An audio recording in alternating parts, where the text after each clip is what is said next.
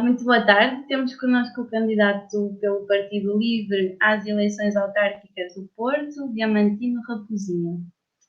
Para já gostava de agradecer em nome do movimento a disponibilidade para esta entrevista e vamos então fazer 5 questões-chave que gostaríamos de conhecer sucintamente o seu posicionamento e propostas para os próximos 4 anos de mandato. Então, a primeira questão é: acha que todos os portugueses devem ter direito a um jardim de sossego com dimensão e qualidade suficientes para serem utilizados como espaço de descanso, lazer, recreio, a menos de 15 minutos a pé de distância de sua casa? O que está disponível para fazer neste sentido se ganhar as eleições? Olá, muito boa tarde. Em primeiro lugar, é um gosto enorme estar aqui convosco e poder falar com a sociedade civil que se organiza e que quer fazer coisas. Para nós isso é muito importante. Respondendo rapidamente à pergunta, claro que acho que todos nós temos direito a esse espaço de lazer e de sossego a menos de 15 minutos do sítio onde vivemos. O LIVRE tem exatamente uma perspectiva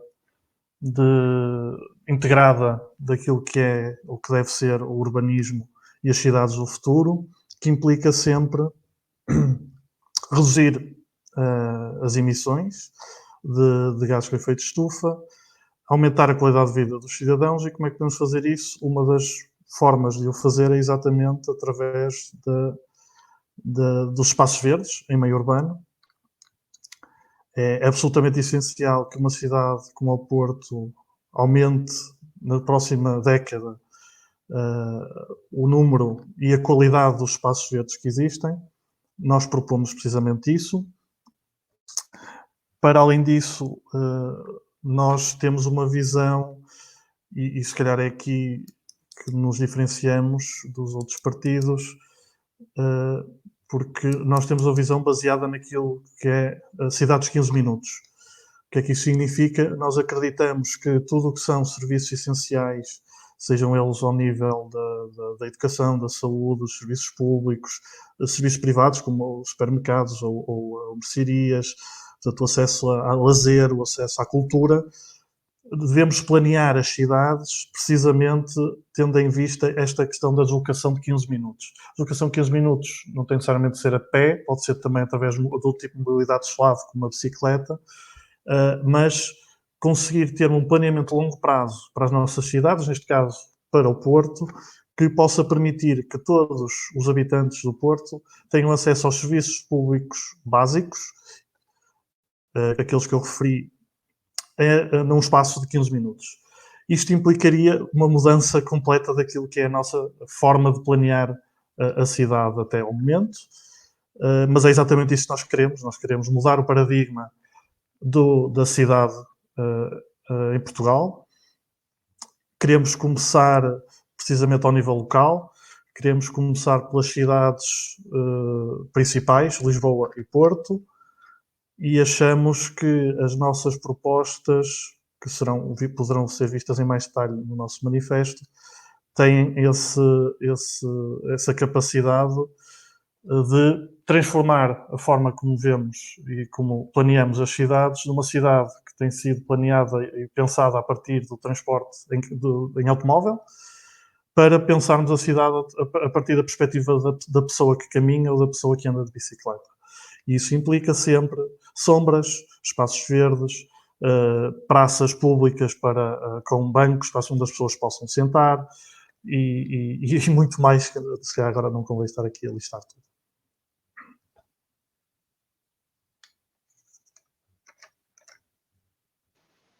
Muito obrigada, Diamantino.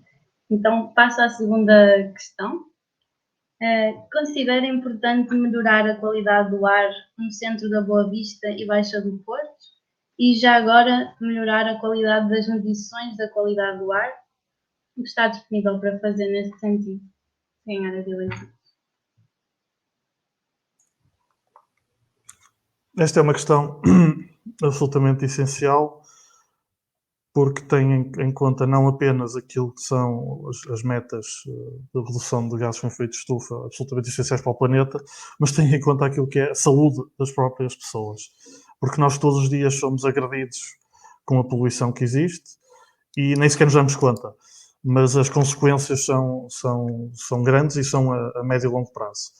Portanto, isto para nós é muito importante.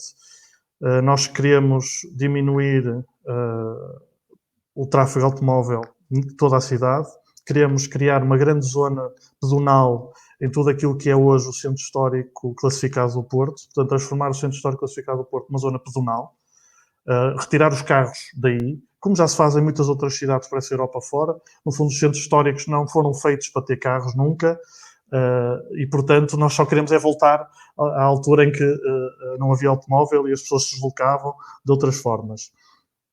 Para além disso, achamos que o Porto necessita de mais estações para a medição da qualidade do ar, necessita acima de tudo que as estações que existem que funcionem, que não funcionam.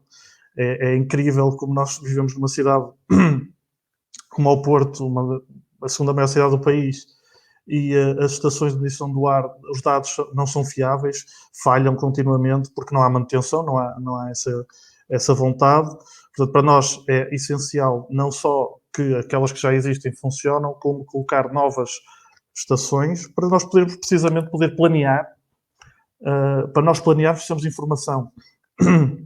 E para conseguirmos ter a informação precisamos que os sensores, os medidores funcionem e estejam nos sítios estratégicos que nos possam dar aquilo que é a informação necessária. E, portanto, nós temos uma visão de retirar tráfego automóvel da cidade, de substituí-lo por modelos de mobilidade coletiva, elétrica e suave. Coletiva, porque o modelo de mobilidade na cidade deve ser essencialmente baseado naquilo que são os transportes públicos. Elétrica, porque tanto o transporte público como o transporte individual deve ser feito através de veículos sem emissões.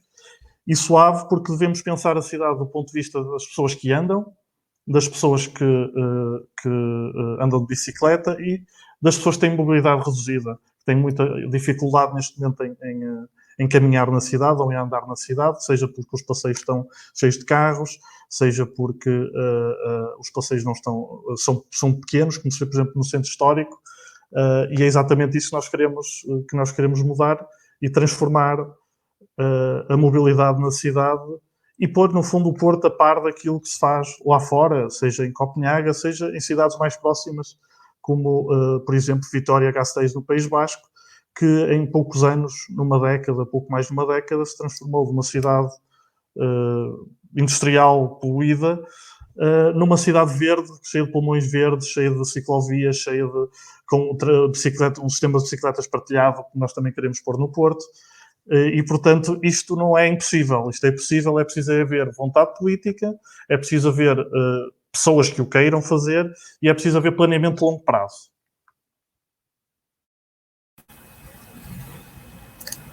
Ok, agora passando para a terceira pergunta. Achas que a cidade do Porto pode fazer mais pela preservação e classificação do património histórico da cidade, nomeadamente edifícios de elevado interesse para a memória coletiva da cidade, como, por exemplo, a primeira estação ferroviária do Porto Boa Vista? Este é um assunto que me é muito caro, porque é exatamente a minha área de formação e a minha área de investigação neste momento. Eu sou investigador em políticas públicas de gestão de património cultural em cidades de património mundial. É exatamente isso que eu estou a estudar e, portanto, eu olho para o património cultural numa perspectiva mais ampla e abrangente. O que é que isso significa? Significa que nós devemos olhar para o património como um património dentro daquilo que é uma cidade viva, como é o caso do Porto, como um fator de desenvolvimento da cidade, como um fator de diferenciação da cidade, como um fator de identidade da cidade. E, desse ponto de vista, temos que olhar para ele como algo essencial para aquilo que é o futuro da nossa cidade. Portanto, sim, claro, o património cultural. Sem património cultural, as cidades não perdem a identidade, perdem aquilo que faz delas diferentes, e o Porto, como nós sabemos, é uma cidade diferente de todas as outras. e queremos que assim continue. Portanto, a preservação do património dentro, volto a dizer, daquilo que é uma perspectiva alargada e abrangente, que implique não só a preservação do património material, mas também aquilo que é o património imaterial, isto é, aquilo que são as vivências das pessoas que vivem nesses locais, aquilo que são as histórias dessas mesmas pessoas e dessas comunidades, que nós entendemos o património dessa forma, não das fachadas, mas sim o património de uma forma mais abrangente e alargada, que inclui sempre e, acima de tudo, as pessoas que lá estão. Porque o património só pode viver se tiver pessoas. Sem pessoas, não há, as pedras são apenas histórias já contadas. Em cidades vivas como aquela que nós estamos, nós precisamos das pessoas que cá estão para contarem a história das pedras. Ora, muito bem.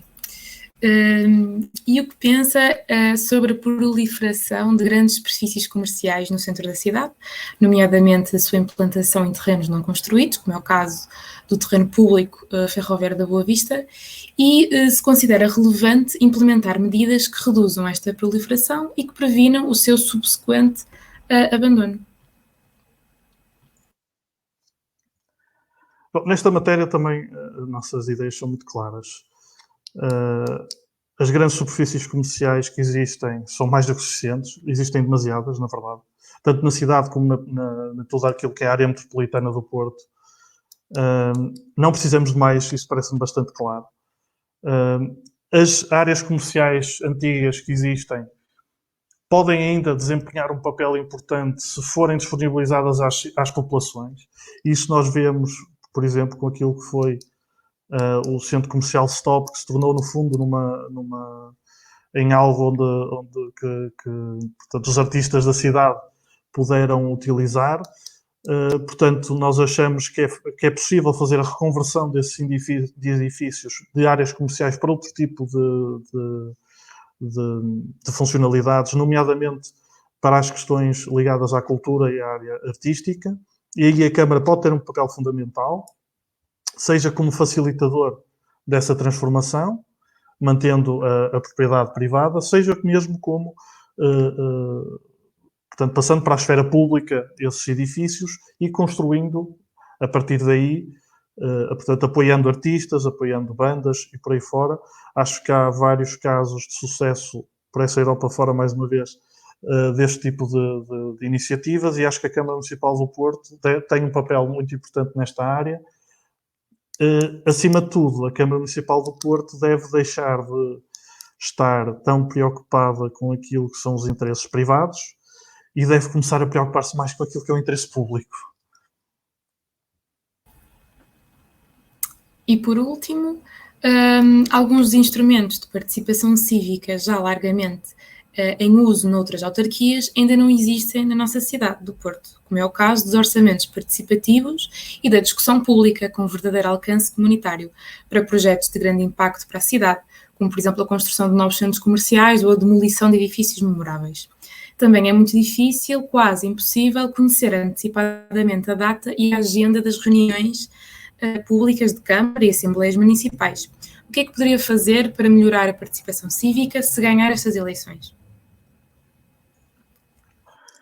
Este é um tema muito caro ao LIVRE, desde que foi constituído, a questão da democracia participativa. Nós acreditamos que a democracia representativa é absolutamente essencial para um Estado de Direito e uma democracia funcional, mas nós queremos ir para além disso. Nós acreditamos numa democracia participativa. O que é que isso significa de uma maneira muito sucinta e rápida? Significa que nós queremos que os cidadãos tenham a capacidade, tenham os meios e as ferramentas para poderem participar diretamente naquilo que os afeta.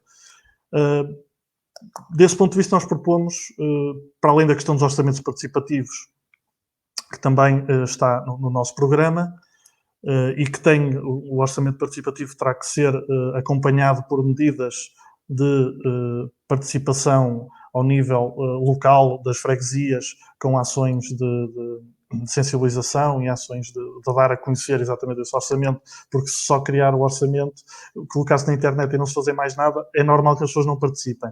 Portanto, tem que ser a Câmara Municipal a ir ao encontro das pessoas e não ao contrário.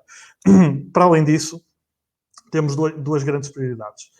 A primeira prioridade é a criação de um meio digital, uma aplicação, um site, em que os portuenses e as portuenses possam registar e possam ter um contacto direto com a Câmara Municipal, seja ao nível de dizer, na minha rua existe este problema, peço desculpa, seja ao nível de dizer, de comentar, por exemplo, os projetos, poder pedir ações da Câmara para, por exemplo, como vocês, dizer neste sítio nós não queremos que seja construído isto, portanto fazer petições.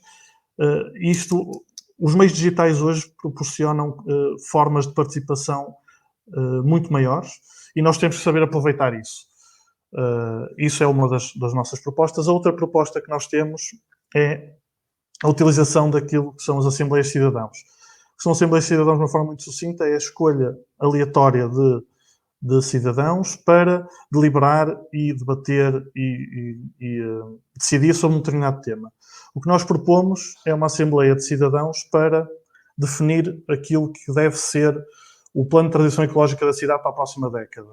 Isto é, que a transição ecológica, que é absolutamente essencial e que vai ter que acontecer, quer nós queremos, quer não, na próxima década, que isso seja feito não através do Presidente da Câmara, da variação, mas sim através de uma Assembleia de Cidadãos que possa lançar este debate em conjunto com a sociedade civil, com os partidos políticos, com as universidades, com as associações empresariais e sindicais, com a administração pública, com as autarquias vizinhas, para lançar um debate sobre de que forma é que nós, aqui, localmente, podemos contribuir para reduzir os gases com efeito de estufa, para mitigar os efeitos das alterações climáticas, para atingir uma economia descarbonizada na próxima década. Esta é uma proposta que nós queremos que seja lançada a debate, que seja discutida na praça pública, porque achamos que é essencial que as pessoas vejam as questões ecológicas e a questão da descarbonização não como uma ameaça ao seu estilo de vida, mas sim como uma forma de poderem melhorar a sua vida. E isso só se faz se nós as incluirmos na decisão. Nós não podemos decidir por elas num gabinete, seja ele qual for, e por mais bonito e por melhor intenções que tenham, e achar que depois as pessoas têm que cumprir aquilo que nós decidimos. Não. Nós temos que dizer às pessoas, venham decidir connosco. Nós não sabemos tudo. Nós acreditamos que os cidadãos, se juntarem, se conversarem, se debaterem, com ideias diferentes, contrastadas, com formas diferentes de ver o mundo, podem chegar a formas de atingir as metas que nós pretendemos, que sejam boas para a grande maioria das pessoas. E é isso que nós pretendemos e é isso que nós propomos. Muito bem, Diamantino, obrigada. As perguntas estão feitas. Não sei se... Jo? Está feito. Se quiseres acrescentar mais alguma coisa, Diamantino, senão terminamos por aqui. Não, quero só agradecer mais uma vez o convite e mais uma vez dar o meu apoio àquilo que a vossa associação, ou que o vosso movimento está a fazer, e dizer que estamos disponíveis para falar convosco sempre que quiserem. Obrigada. Obrigada, Diamantino. Obrigado, Léo.